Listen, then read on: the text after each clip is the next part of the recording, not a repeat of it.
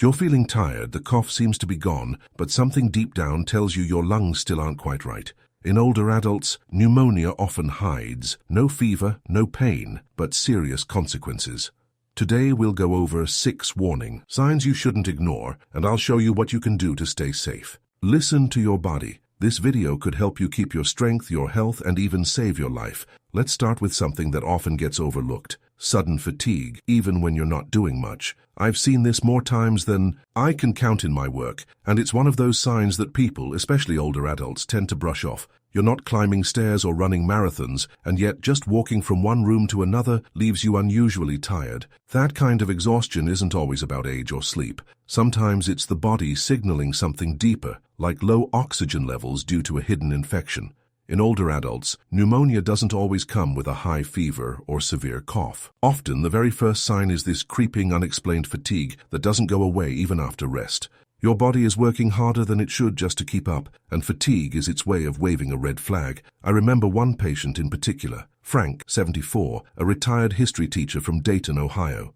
He was always active, loved tending to his garden, and even volunteered at the local library twice a week. One morning, he told me he couldn't make it from his front porch to the end of the driveway without needing to sit down. "It's just getting older," he said, but I could see something was off. There was no fever, no cough, and his vitals were mostly normal. His daughter, a nurse, convinced him to come in just in case. When we did a chest scan and checked his oxygen, it turned out he had pneumonia in both lower lobes of his lungs.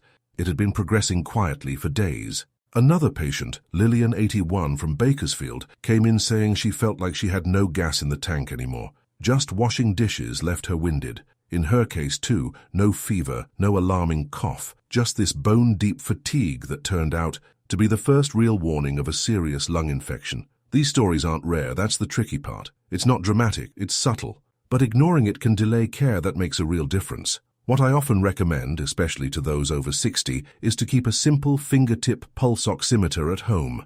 You can find them in most pharmacies, and they're easy to use. If you're feeling worn out for no clear reason, check your oxygen level. Anything consistently below 94% deserves medical attention, and of course, if the fatigue sticks around for more than a couple of days, don't wait for it to pass. Make the call, get checked even if it feels like just tiredness. Better to catch something early than to treat it late. Your body isn't complaining, it's communicating. Fatigue isn't weakness, it's a message, and you deserve to live in a body that supports you, not one that silently pulls you down. Even small attention to symptoms can give you a head start toward healing. You're not a burden for checking, you're taking responsibility, and that's strength. Another sign that can sneak up quietly is mild confusion or forgetfulness, especially when it feels unusual for you. I've had many older patients tell me they just feel off mentally, like the words don't come as easily, or they walk into a room and forget why they're there. Now, occasional forgetfulness happens to all of us, but when it becomes more frequent or noticeable to family members, it's worth paying attention. In older adults, the brain can be one of the first areas affected by low oxygen levels, and this can happen with infections like pneumonia, even if you don't have a fever or cough. Your body may be silently struggling, and the brain reacts by slowing down or getting fuzzy.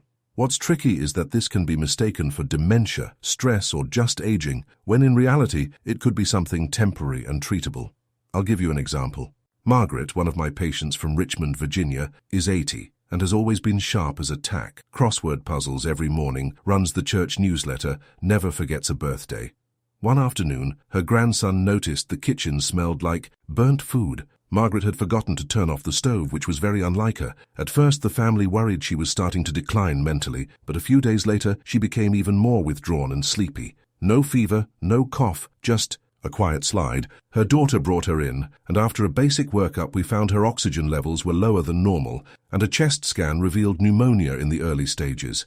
With treatment, Margaret bounced back fully within 2 weeks. Another case was Harold, 76, a retired engineer from Flagstaff, who told me he felt like his thoughts were swimming and his concentration was off. Turns out his blood oxygen was at 91%, and he too had early pneumonia without knowing it.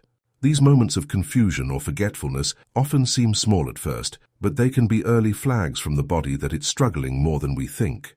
What often helps in these situations is keeping track of when confusion happens. Note the time of day, whether you'd eaten or if you'd been resting. If you or someone close to you notices a change in your usual clarity or memory, especially if it's new or comes on quickly, don't assume it's just age. A simple oxygen level check or a visit to your doctor can rule out serious issues before they grow. And if something feels wrong, even if it's subtle, it's always better to speak up than to wait. Your mind is a gift. Even when it's tired, it's still speaking to you. Listen gently and remember, small changes in awareness deserve just as much care as physical pain. You're not being dramatic for noticing these things, you're being wise. You've earned the right to feel clear, steady, and well. One more sign that's easy to overlook is faster breathing when you're just sitting or resting. It doesn't seem like a big deal at first. You're not running around, but you notice you're breathing a little harder than usual, or maybe you feel short of breath just walking to the bathroom. As we get older, our bodies become more sensitive to even small changes in how much oxygen we're getting, and the lungs have to work harder when something's off, like inflammation or infection. The problem is, older adults don't always show the typical symptoms of pneumonia, like high fever or a wet cough. Sometimes the only early sign is a subtle increase in breathing rate, your body trying to make up for what it's not getting. I remember George, a 67-year-old retired bus mechanic from Tulsa, who came to see me a few winters ago. He said, "Doc, I think I'm just getting out of shape. Even watching TV in my recliner, I feel winded." George had put on a little weight, sure, but this was different. His breathing rate was higher than normal, around 24 breaths a minute, and he looked tired just sitting there. No fever, no chills, nothing dramatic. But something didn't sit right with me. We did a quick pulse oximeter reading, and it was slightly low, just enough to raise concern. A chest x-ray confirmed it. He had the beginning of pneumonia in both lungs. Another woman, Teresa, age 73, from Sacramento, came in with what she called a fluttery chest. She said her breathing felt off, but she wasn't coughing. Her oxygen level was also borderline, and it turned out she had a mild infection starting to settle in her right lung. Both George and Teresa caught their symptoms early because they noticed something small, just the way their breathing had, changed, and that made all the difference in their recovery. What often helps is simply taking a minute each day to notice your breath. When you're sitting quietly, place a hand on your stomach and count your breaths for 1 minute. If it's over 20 without any activity, it's worth checking in with your doctor. You don't need a fever to have a serious problem, and if you feel like breathing is just harder than it used to be, don't talk yourself out of it. Get it checked. Breathing is something we do without thinking, but when it changes, your body is trying to tell you something. You have the right to breathe with ease, without struggle or tightness. Think of your breath as your body's quiet messenger. If it's rushing, it's not just stress, it's worth listening to. Something I always remind people about is how quickly appetite changes can signal trouble, especially when they come out of nowhere. If you or someone close to you suddenly doesn't feel like eating or drinking, even light meals or sips of water, it's not always about mood or just getting older. In fact, I've seen this be one of the earliest signs of pneumonia in older adults. As the body tries to deal with infection, it sometimes conserves energy by slowing down systems, including digestion and hunger. That "I'm just not hungry" feeling may seem harmless, but when paired with low energy or withdrawal, it's something to take seriously. A patient I think of often is Edith, 82, from Des Moines. Her daughter called me saying, "Mom just doesn't want to eat anymore. She says she's fine, just tired." Edith was always pretty independent, loved baking and had a good appetite, even a sweet tooth. But over the course of 3 days, she barely touched her meals. Her family thought she might be feeling down, especially since it was the anniversary of her husband's passing. But during a house call, I noticed she seemed a little slower, and when I listened to her lungs, I caught a faint crackle in her lower right side. Her temperature was normal and there was no cough. Still, I recommended a chest x-ray, and sure enough, there was early-stage pneumonia. After some IV fluids and antibiotics, her appetite came back within a few days, and she was back to her usual self, requesting peach cobbler by the weekend. Another case was Joe, 77, from Fresno, who lived alone and told his neighbor he hadn't eaten anything solid in 2 days. Luckily, that neighbor checked in again and brought him to urgent care, where we found he was slightly dehydrated and also had a hidden lung infection starting to build.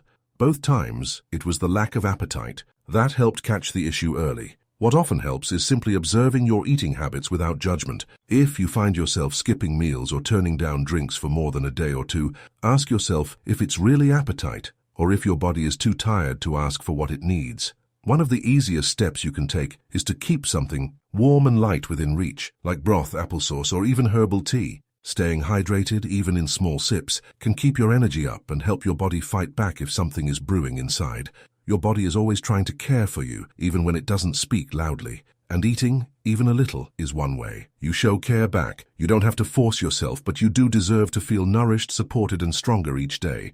Here's something that often gets dismissed too quickly: a mild cough that just won't go away.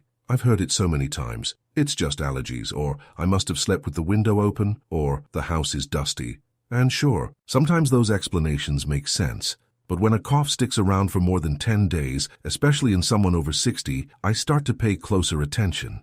In older adults, pneumonia can start silently, and the cough may be the only warning your body gives. It might be soft, dry, barely noticeable, but if it's daily, especially in the morning or when you lie down, it's your lungs trying to say something. I remember one of my patients, Raymond, a 70-year-old retired truck driver from Mobile, Alabama. He came in because he'd fainted in the kitchen. When I asked if anything had been off before that, he said, "Well, I've had this cough for a few weeks, but it's nothing. Just a tickle." Turns out it had been bothering him every morning, just a couple of short, dry coughs, and he didn't think much of it. No fever, no chills, no major symptoms, just tiredness that he chalked up to aging. But the cough had been his body's only alarm bell. After a checkup and chest x-ray, we found early pneumonia in his left lung, and his oxygen levels had been slowly declining without him realizing it. Another woman, Joyce, 74, from Spokane, had something similar. She coughed mostly at night, thought it was her heating system drying out the air. But when she mentioned that she also felt more winded than usual walking up her porch steps,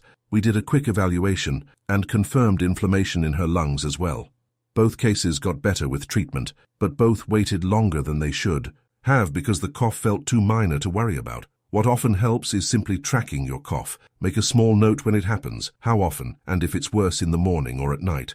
If it lasts longer than 10 days, especially if you also feel a bit more tired or short of breath than usual, don't ignore it. One of the simplest steps is to let your doctor listen to your lungs. It's fast, painless, and can catch a problem. Before it becomes serious, your voice, your breath, they matter. A cough might seem small, but it's a sound your body uses when words won't do. Trust it, don't silence it. You're not being dramatic, you're being wise, and wisdom is one of the most powerful tools you have. Here's a lesser-known signal I always ask patients about: waking up sweaty, especially if your hands or chest feel damp. Many older adults assume it's just a warm blanket, a change in hormones, or something I ate. But when night sweats happen repeatedly, especially if you're not sick with a cold or flu, they can be a sign that your body is working overtime to manage a hidden issue.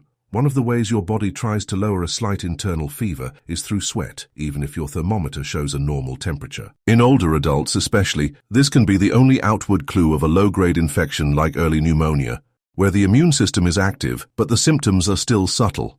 Nancy, 76, from Green Bay, brought this up casually during a routine visit. She said, "Doc, I keep waking up with my pajamas soaked. I've even started putting a towel on the pillow." She didn't have a fever, her energy was fine during the day, and she had no cough. Honestly, it would have been easy to write it off as something benign. But I've learned to listen when a patient says something just feels off. I ran a basic blood test and checked her lungs. There was a faint rattle in the lower left side. A follow-up chest x-ray showed the early stages of pneumonia.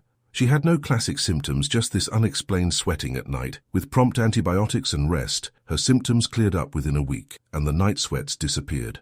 Another patient, Michael, 81, from San Diego, kept waking up with damp sheets around his neck and back. He thought it was related to new bedding, but his daughter insisted he mention it. Turns out he had mild inflammation in his lungs from a low-level infection that hadn't yet spread. These are the kind of small signals we often miss. But in both cases, that night sweating was the first real clue something was off. What often helps is paying close attention to how your body feels first thing in the morning. If your sheets or pajamas are damp more than 2 or 3 nights in a row, and there's no other obvious reason, no new blankets, no spicy food before bed, no change in temperature, it's worth telling your doctor. You don't need to wait for a fever or a bad cough to check your lungs. You deserve restful, peaceful sleep, the kind that leaves you feeling stronger in the morning, not more drained. And if your body is whispering at night through a little sweat, don't ignore it. Even quiet signals are worth listening to because they come from the part of you that's still fighting to stay well. If even one of these signs felt familiar to you, don't wait. One extra visit to your doctor is better than a week in the hospital. Let me know in the comments what you found most helpful. I truly want to hear from you. Subscribe, hit the bell. Everything I share here is something I'd recommend to my own parents. Remember, you're not alone, you're stronger than you think, and life goes on, and especially when you take care of yourself.